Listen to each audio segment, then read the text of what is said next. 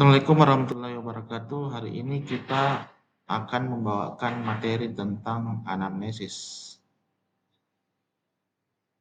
Baik, pertama adalah kita bicara tentang anamnesis, pemeriksaan fisik, dan pemeriksaan penunjang. Jadi dalam menentukan diagnosis suatu penyakit terhadap pasien, ketika kita sebagai seorang dokter melakukan pemeriksaan terhadap pasien, ya, kita harus melakukan anamnesis. Jadi anamnesis ini adalah teknik wawancara, ya, teknik wawancara untuk menanyakan kondisi pasien seperti apa yang dia rasakan, sehingga dari anamnesis itu kita sudah bisa menegakkan diagnosis penyakit 70-80%. Nah, ini pemeriksaan fisik itu dilakukan terhadap pasien untuk menegakkan diagnosis seperti itu, ya. Jadi dua ini adalah anamnesis dan pemeriksaan fisik adalah merupakan modal kita sebagai seorang dokter untuk menegakkan diagnosis dimanapun kita bertugas. Apakah kita di daerah terpencil, di daerah 3T, tertinggal dengan keterbatasan alat kesehatan, dengan keterbatasan sarana dan prasarana, ya. Jadi itu adalah modal kita. Nah, sekarang kita akan masuk ke anamnesis. Teman-teman semua, adik-adik semua, sudah harus bisa mampu untuk melakukan anamnesis terhadap pasien, ya. Apa yang kita lakukan di anamnesis adalah bertanya, berkomunikasi, menanyakan, menggali informasi-informasi yang kita dapatkan dari pasien. Tujuannya apa? Kita dapat informasi tambahan, menghasilkan gambaran secara komprehensif tentang kondisi kesehatan dari pasien itu sendiri, dari riwayat penyakit, dari keluarganya. Jadi 60, 70 hingga 80% itu kita sudah bisa tegakkan diagnosisnya seperti apa. Selanjutnya, ini adalah jenis-jenis anamnesis, ya. Jadi anamnesis itu terbagi dua. Yang pertama autoanamnesis, yang kedua heteroanamnesis. Nah, autoanamnesis ini adalah ketika seorang dokter bertanya langsung, berkomunikasi langsung terhadap kondisi pasien. Nah, kondisi pasien dengan autoanamnesis ini itu adalah kondisi pasien yang sadar. Ya, yang sadar itu atau istilahnya dia GCS 15, kompos mentis, kondisi KU-nya lemas, bisa berbicara, bisa berkomunikasi. Nah, yang kedua itu adalah heteroanamnesis atau alloanamnesis. Itu nama lainnya, ya. Heteroanamnesis maupun alloanamnesis. Nah, heteroanamnesis atau alloanamnesis ini adalah kondisi di mana kita sebagai seorang dokter atau tenaga medis bertanya langsung terhadap keluarga pasien. Nah, pasien dalam kondisi seperti ini dia dalam keadaan tidak sadarkan diri. Nah, kondisi-kondisi pada saat misalnya dia kecelakaan lalu lintas, trauma dan sebagainya, ya. Jadi kita melakukan teknik heteroanamnesis atau alloanamnesis. Nah, kendalanya pada saat kita melakukan anamnesis itu pada saat usia-usia terlalu muda atau terlalu tua, ya. Kemudian pasien mengalami pasif, tidak aktif dia, tidak sadarkan diri dan bahasa dimanapun kita tugas, diusahakan kita bisa mampu memahami bahasa daerah di mana kita bertugas. Itu juga memudahkan kita untuk mendapatkan informasi tambahan dan mengakrabkan diri terhadap kondisi, terhadap keluarga pasien, terhadap pasien dan seterusnya. Ini cakupan anamnesisnya. Itu kita akan berbicara tentang menanyakan tentang masalah kesehatan saat ini dan di masa lalu, riwayat terapi saat ini dan sebelumnya, kesehatan pasien secara umum, faktor-faktor yang mungkin mempengaruhi kesehatan pasien, dan bagaimana tanggapan mereka terhadap tindakan-tindakan pencegahan atau terapi masalah-masalah kesehatan. Jadi kita menggali tentang riwayat kondisi pasien, riwayat penyakitnya seperti apa, riwayat dia pernah opname di rumah sakit atau di puskesmas, kemudian dari riwayat keluarganya apakah punya riwayat penyakit jantung misalnya, penyakit gula, penyakit hipertensi, dan seterusnya ya.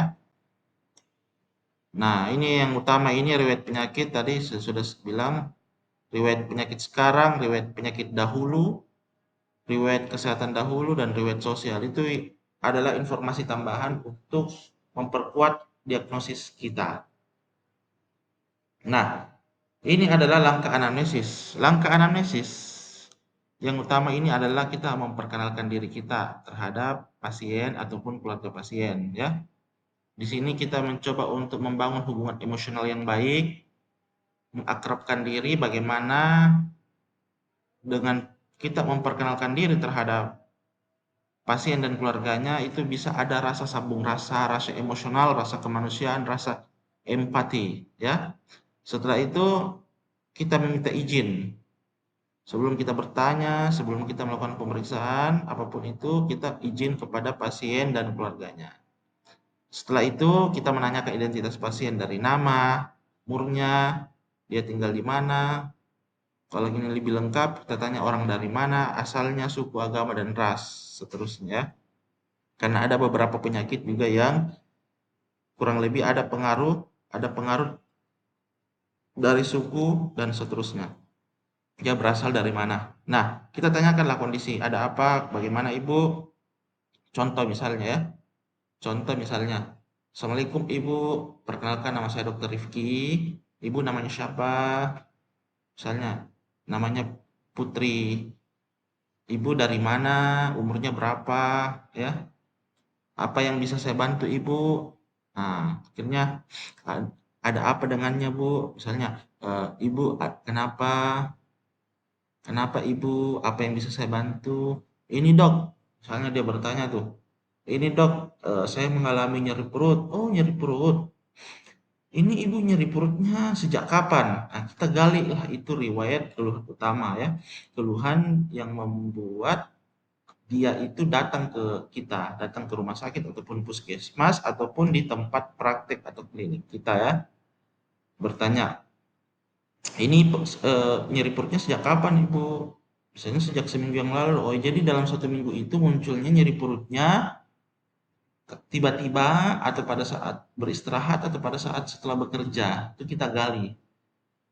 Nah di bagian mana nyeri perutnya itu. Nah setelah kita gali,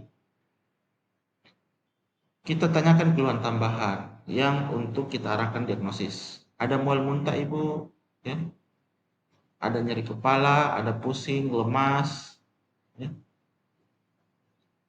Bagaimana dengan buang air besar, bagaimana dengan buang air kecil, gitu misalnya, ya.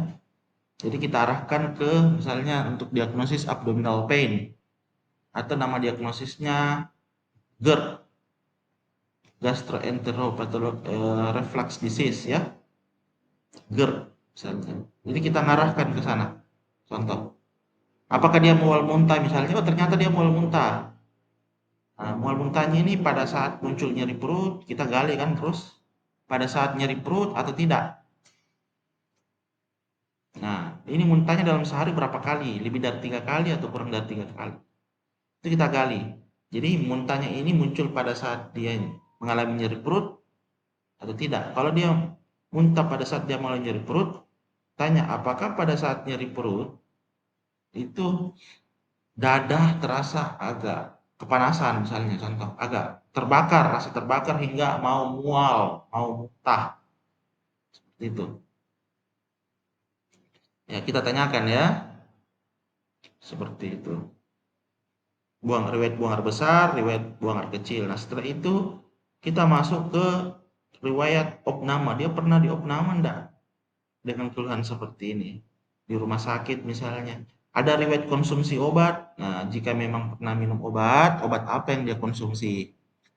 Kemudian kita bisa tanyakan ya, apakah ada riwayat tekanan darah tinggi? Ada riwayat diabetes mellitus misalnya, hipertensi, dan seterusnya. Riwayat penyakit yang mengarah atau yang menjadi faktor risiko terjadinya penyakit ini ya. Kalau kita mengarah ke dispepsia, berarti apakah ini nyeri perutnya sering muncul pada saat terlambat makan.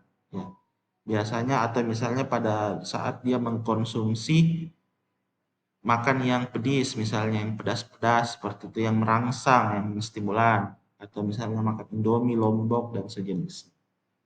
Nah, setelah kita lakukan pemeriksaan anamnesis, ya masuk ke pemeriksaan fisis untuk memastikan dia mengalami nyeri tekan atau tidak. Kita periksa dari ujung rambut sampai ujung kaki, ya.